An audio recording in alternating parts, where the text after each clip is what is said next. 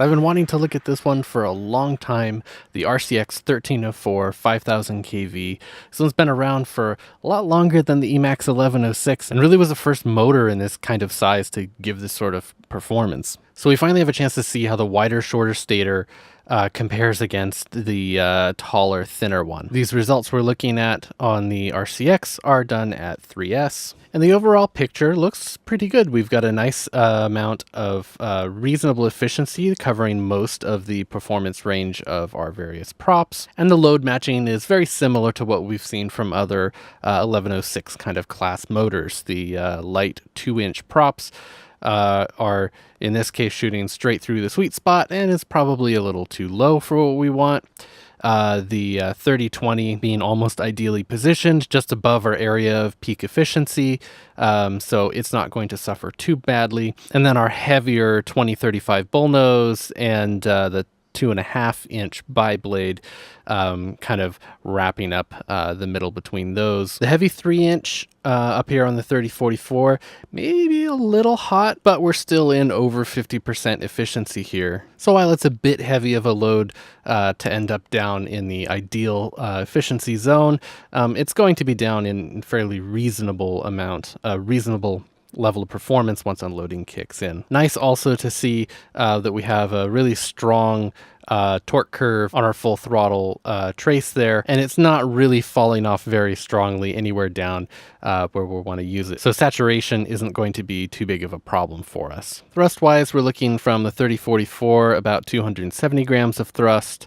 For our kind of 3020, also about 270 grams of thrust. For the 2035 bullnose, we're getting 162, and then down on the DYS 2030, we're looking at only about 130 grams. If we compare its efficiency against the Emax, like we said before, the load matching is very similar, but if anything, actually, it looks like our efficiency under high load here is slightly better. We're just skirting the edge of that 50% efficiency band on the Emax motor, where we've got a little bit of headroom on the RCX. And if you compare down in the mid-power range, this Emax actually is in a little bit of a worse position. If we toggle back to the RCX, then we've got higher efficiency down in our kind of mid-throttle area.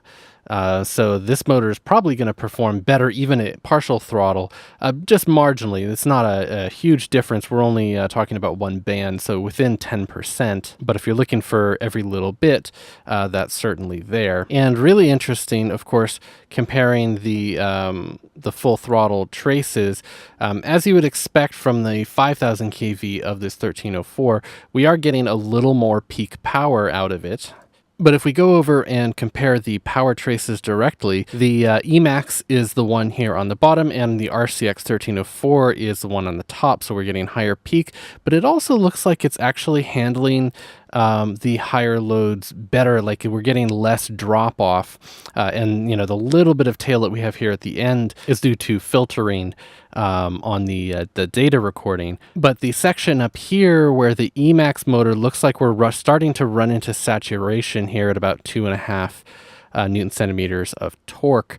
And this RCX definitely looks like it's still going strong, and if it's only starting to taper just a little bit, all the way up to 3 Newton centimeters where the test ended. So we probably have even a bit more torque out of this if we really wanted it, which should impact motor acceleration. Power-wise, because they're so close and the efficiency is also fairly close. They're going to be fairly similar. On the 3044, where the Emax is pulling about 140 watts, the RCX is giving us about 158. Down on the light 3-inch side, on the Emax, we're looking at 197. The RCX is about 110, between 105 and 110.